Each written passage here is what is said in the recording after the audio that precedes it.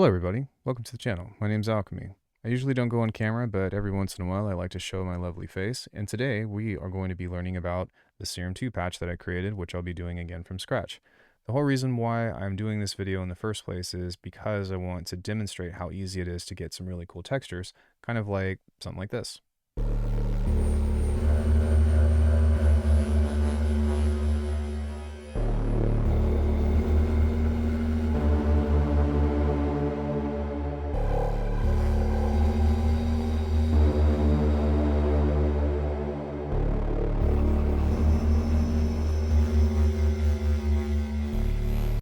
Now the really cool thing about it is that if we look over in the Matrix tab, that's it. 3 things. 3 things. So if you can put 3 things down within this video, I think that you'll be okay. Let's go ahead and start the patch over. I'm not going to make the exact same sound, and you shouldn't be looking to create the exact same sound either, but I'll talk about the key features of what makes this, and then I'll go into some other stuff about how to further make this into more spooky territory if you wish. So the first thing that I want to talk about is this really cool secret modulator called Note on Random 1. And what this is going to do is anytime you hit a key, that was obviously very annoying, but if you saw, which if you have like laser Hawkeye vision, you'll see that anytime I hit a key, this is going to bounce into a different position without it moving. And this is really cool because it just means that anytime I hit a note, it's going to randomize the position of that. And so we can use that to our advantage by setting this up to an FM source, which we're going to use for B. And if we utilize this, and I don't know, we can kind of, I guess, do the same thing, or we can not do the same thing. It doesn't really matter. But now what we can do is play this against each other to where it's going to have a really cool interaction. So check this out.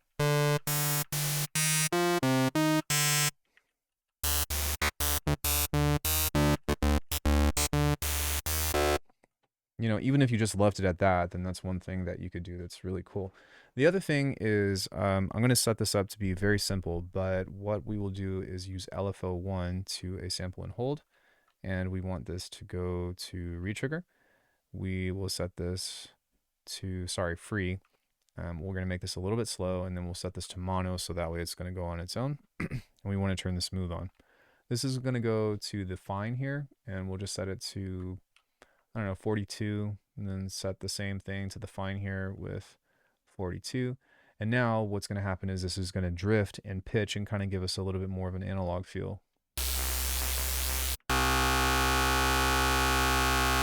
Right? So if we turn this up with the detuning, give this a little bit more spread, and then we just turn this on to a very simple band pass, kind of like this, then we should have a really cool sound. Maybe we can turn up the release on this and it will sound like this.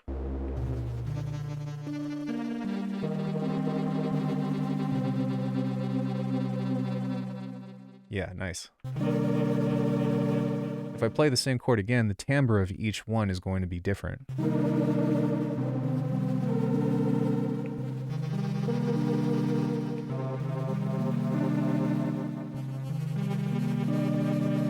So just listen to a single note.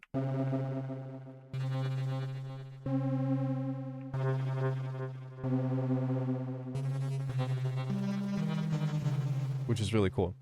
So the next thing that we're going to do is just 2 simple effects. The first thing that we're going to do is add some distortion. So we'll set this to overdrive. Just give it a little bit of push. Maybe add a little bit of attack. And then what I want to do is go into a convolver here, and we are going to add just a huge one, maybe from Massive, which I like Cold Abyss. This one sounds pretty nice. And then we'll turn that up, and now take a listen to this. Let's go. Come on.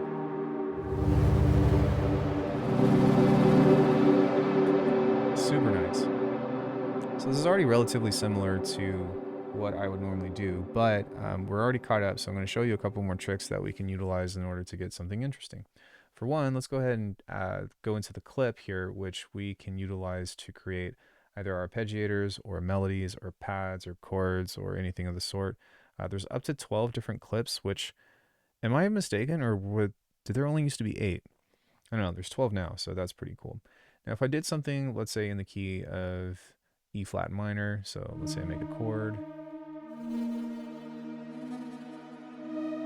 which this would be a sustained chord, or sorry, a suspended chord, then what we can do is every time this plays, it's going to actually have a different timbre. So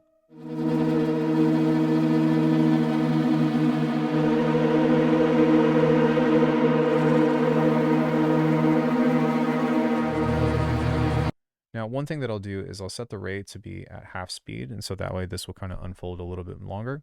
And then what I'll do is go back and adjust this to a multi with a high and low of 12. So that way I can actually control the bandpass, and that way I can reduce the volume a little bit if I need to, because sometimes the resonances of having distortion being sent into a convolver and vice versa can be kind of insane. So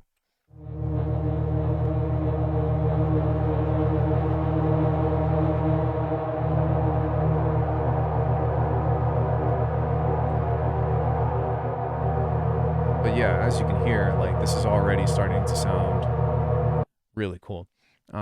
We can change this, and we can either A, copy this and pull it over to a new thing if we wanted to, and maybe I can set this to a little bit more of a lush chord.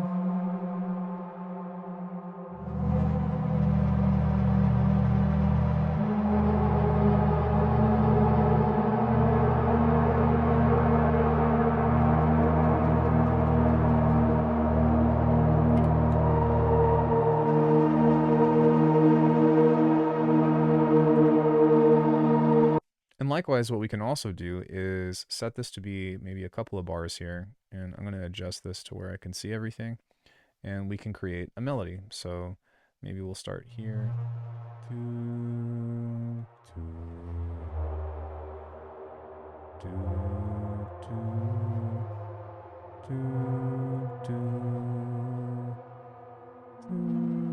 Okay, so now that we have something like this, we can set that to half speed as well and set this to play, and we'll play it through once more just so that we can listen to what this is doing.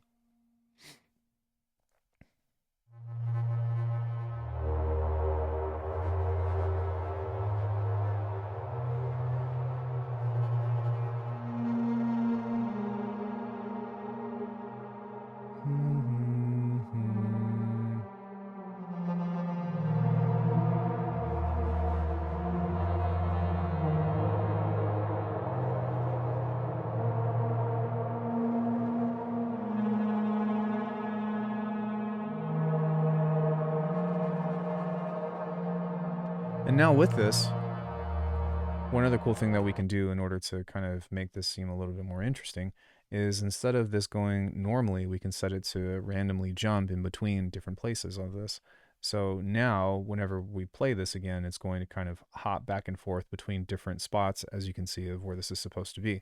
You can set the division here of how many you want this to jump in between. I'm just going to set this to retrigger so that way it plays from the beginning and let it do its thing while I'm adjusting the sound.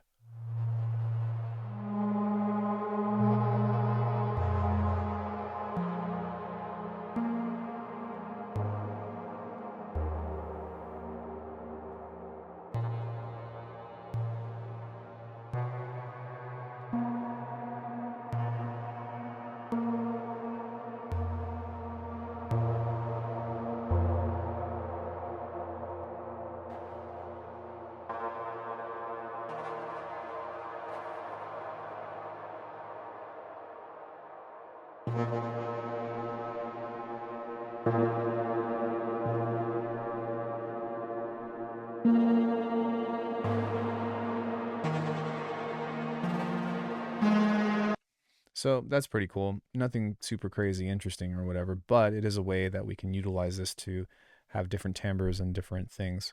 Now, one other trick that we can do is we can randomize the octave on these. There's a couple of different ways to do this. The first one, which is probably the easiest, is to, again, change this into sample and hold. We'll set this to retrigger, set this to 0, and then what we can do is adjust this up and down to an octave, kind of like so. There we go. Same thing here, kind of like so. But the other thing that we could do is we can actually drag this to the transpose. The thing with it is that if you do this, you kind of have to set a square on this, kind of like this, maybe. And I'd probably mention to open this up and see if there's a snap feature. Is there not a snap feature? Maybe it's a keyboard shortcut or something, where if I hold Option, then maybe shift, maybe command. There we go. Maybe. No. Ah, there we go. Okay. Yeah, so if we hold command and click, then, well, no, it still doesn't do its thing. So it's a little bit wonky in order to get this to work with. I'm sure someone in the comment section is going to help me out here to where I'll be able to snap with these. Yeah, crazy. But what I would recommend is ramp up, flat, set loop back point here. Okay, sorry. Just wanted to double check. Anyways, it would be more elegant to just do it the way that I showed you, but you can also create a regular square wave kind of like this, where you have the top and then you have the bottom, and then if you're precise enough, you can set this to the mid. Because what this will do is you can actually drag this over to LFO3 on the transpose and be able to play this with octaves or whatever, to where it's 1 octave up, 1 octave in the middle, and then 1 octave down. And you can set the range of that over in the matrix here. So set this to 12. Now, what you want to do with this is set this to 0 and make sure that this is on retrigger. And then what you can add is another sample and hold that will adjust the phase of this that is on a retrigger as well. But you also want to change the speed of this to 0. So that way, anytime you hit a key, it's going to jump back and forth in between. So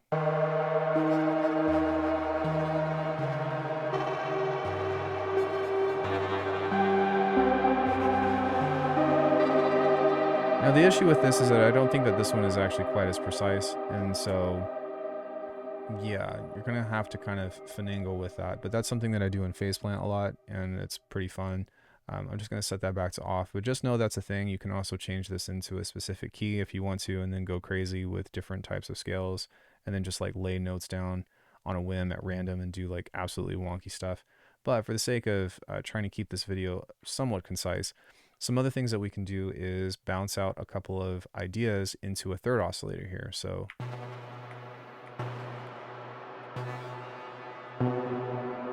we'll take that one, and then we'll toss this back in here, not as a wavetable, but as a spectral sound.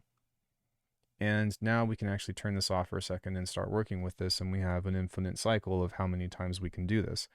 We can do things such as spectral processing, which we can use to either smear or spread, which is really cool. So that's cool.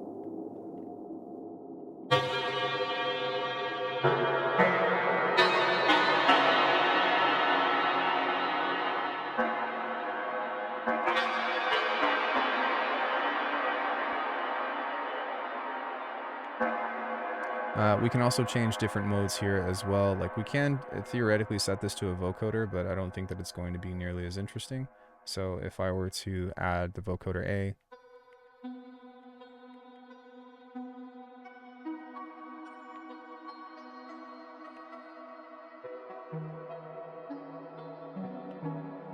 that actually sounds really cool.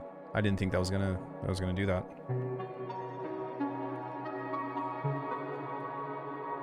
Let's go ahead and back off of the reverb just a little bit so we can listen a little bit more intently with what this is doing.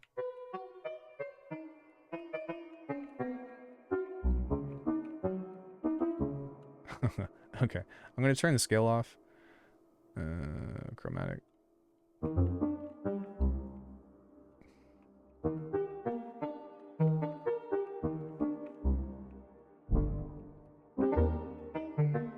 That's really cool.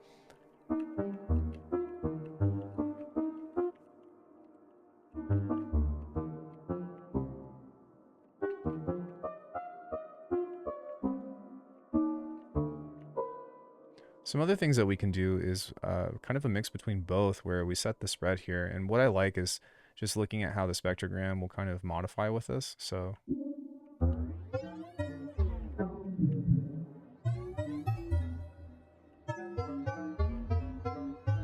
and then the other thing that's important to remember is that you don't actually have to use this as the main layer. You can turn this down and then set this as, you know, where you want this to be.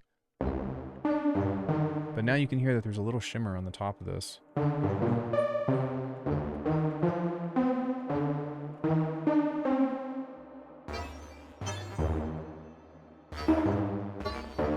And what's really sick about this is that when the FM is fired from oscillator B and then goes into C, we get that really cool texture to kind of pop out on its own in different places.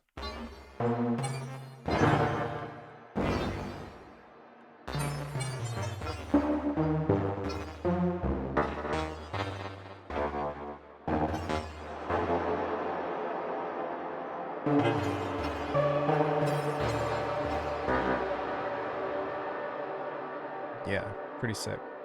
So after all that is said and done, the last thing that I would do is honestly advertise a whole different thing to you, which I'm not saying that you should go buy, but it's pretty nice because this is something that I use a lot to get crazy, insane textures.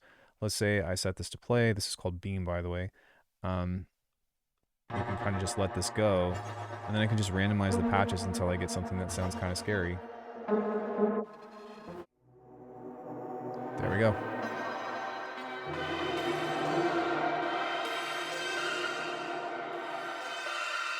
And so if I want to use this for a horror texture or whatever, you know what I mean? I can just kind of use these as little stings or little things that remind me of like the city of Noxtella and Elden Ring or something of the sort. But just listen to this.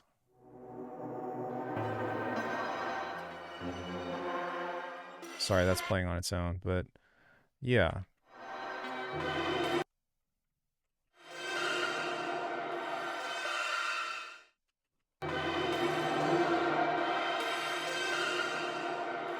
Cool, let's fish for a few more just for the sake of having fun in the video. Let's see what other things we can discover with this.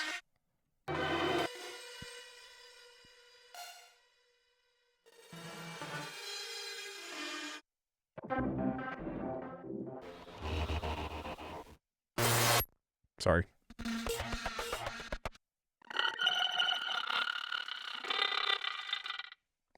That was cool. Like, if you wanted to use this for like a cool like